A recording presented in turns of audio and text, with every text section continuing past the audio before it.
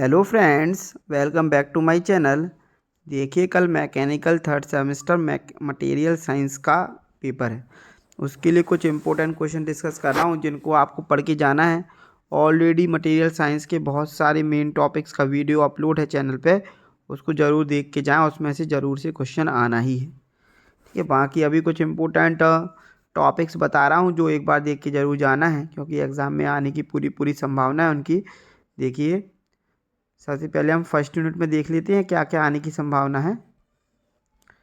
देखिए, unit number first में सबसे पहले जो 7 टाइप्स ऑफ क्रिस्टल सिस्टम में, टोटल 7 टाइप्स के होते हैं, उनमें से कोई आपको दो याद करना है। टोटल 7 क्रिस्टल सिस्टम याद करना है, या तो नाम से आएंगे टोटल 7 में से, कि या फिर आएंगे कि टोटल कोई भी 2 टाइप के लिखो, या क्वेश्चन में ही आ सकता है कि टोटल 7 टाइप्स के हैं तो टोटल कितने टाइप के क्रिस्टल सिस्टम होते हैं। ठीक है, तो इसके लिए ऑलरेडी वीडियो डला हुआ है, उसको आप ज़रूर देख के जाएं। उसके बाद टाइप्स ऑफ बॉन्ड में सबसे इंपॉर्टेंट है कि जो आयनिक बॉन्ड होता है, आइकोनिक नहीं होता, आयनिक बॉन्ड जो सबसे इम्पोर्टेंट है, आयनिक बॉन्ड पढ़ के जाना है। और कोवेलेंट बॉन्ड भी पढ़ के जा सकते हो। ठीक है, दोनों जरूर पढ़ के जाना है।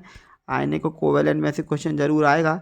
उसके बाद देखिए, क्लासिफिकेशन ऑफ बॉन्ड में प्राइमरी और सेकेंडरी बॉन्ड क्या कहलाते हैं, इनको पढ़ना है। साथ में उसका और डिवीजन भी है, तो वो भी पढ़ के जाना है। ठीक है, साथ में देखिए कोऑर्डिनेशन नंबर की डेफिनेशन पढ़ के जानी है।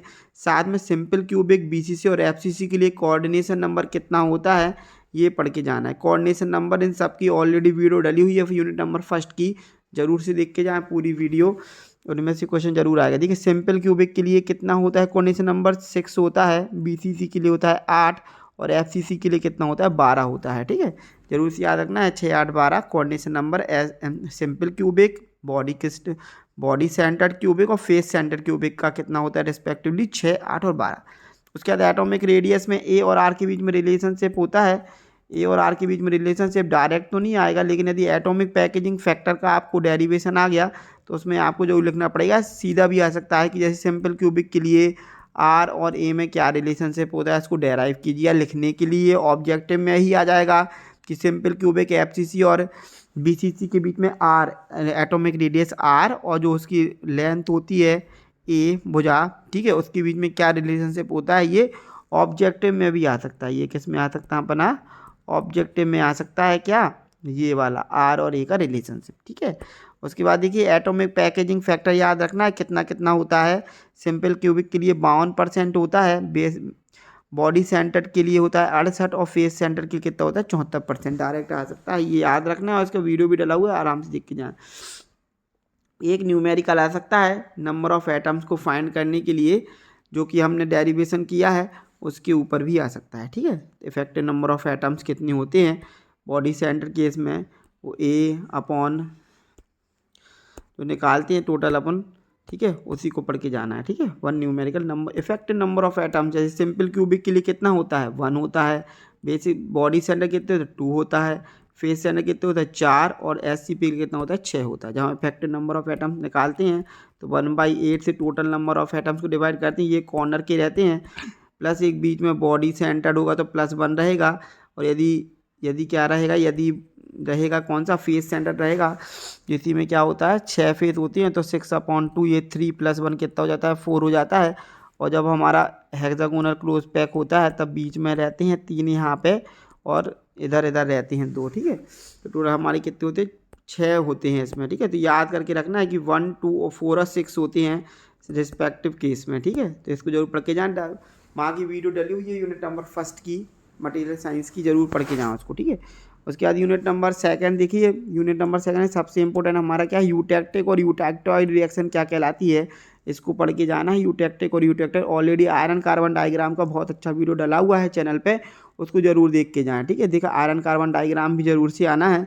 उसके बाद एलॉइंग जब हम करते हैं, कोई मिश्र धातु बनाते हैं तो उसका पर्पस क्या होता है और उसका इफेक्ट क्या होता है, ये लिखने के लिए आ सकता है, तो इसको जरूर से पढ़ के जाना है। उसके बाद हाई स्पीड स्टील और स्टेनलेस स्टील की प्रॉपर्टी और यूजेस।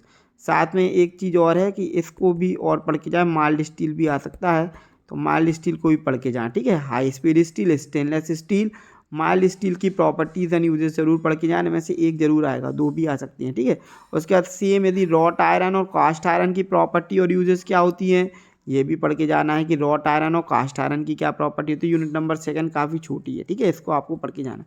उसके बाद यूनिट नंबर 3 में देखिए जो हमारी एलॉइंग होती है, देखो हमें ब्रास एंड ब्रॉन्ज, पीतल और कांसा की कंपोजिशन क्या होती हैं, उसकी यूजेस क्या होते हैं, उसकी प्रॉपर्टीज़ क्या होती हैं, ये पढ़ के जाना है।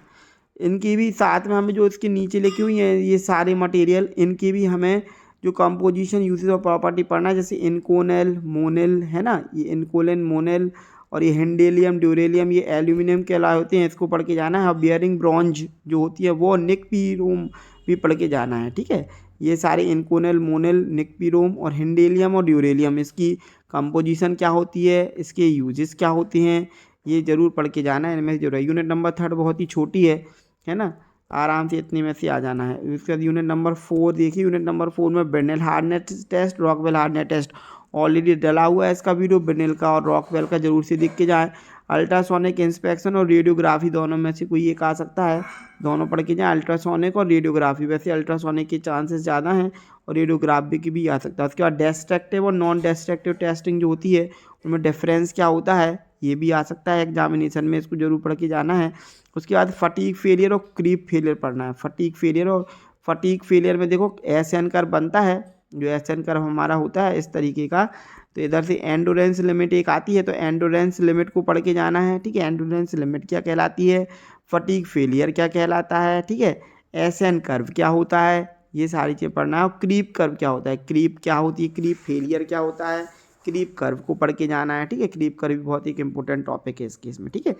तो इस वाली यूनिट नंबर 4 में और थोड़ी और है एक दो कर्व, वो भी आपको पढ़ के जाना है, बाकी ये बहुत इंपॉर्टेंट है, ये तो जरूर पढ़ के जाना है ये, ठीक है। उसके बाद यूनिट नंबर 5 में देखिए, यूनिट नंबर 5 में क्या, ठीक है, यूनिट 5 के पहले यूनिट नंबर 4 में अपन को दो चीज़ें और पढ़ के जानी है, ठीक है, दो चीज़ें और पढ़ के जानी है। कौन सी, टॉर्जन टेस्ट और टॉर्जन टेस्ट पढ़ के जाना है, ठीक है। और एक बैंड टेस्ट होता है, बहुत ही आसान होता है, इसको भी एक निगाह मार के जाना, टॉर्जन टेस्ट और बैंड टेस्ट को, ठीक है, ये भी इम्पोर्टेंट। बाकी यदि जितना लिखा हुआ है इतने आप पढ़ लोगे तो इतना हो जाएगा, टाइम बचेगा, तो टॉर्जन और बैंड टेस्ट में भी एक बार निगाहें मार के चले जाना, ठीक है। उसके बाद देखिए, इसके बाद देखिए जो हमारी 5th यूनिट है, 5th यूनिट में देखो हमें लिखना है कि कोरोजन क्या कहलाता है, कोरोजन क्या कहलाता है ना, कोरोजन की कॉज क्या होती है, कॉज ऑफ कोरोजन, कोरोजन के कॉज क्या क्या है ये भी पढ़ना है, कोरोजन के टाइप्स कौन कौन से होते हैं ये पढ़ना है, ठीक है।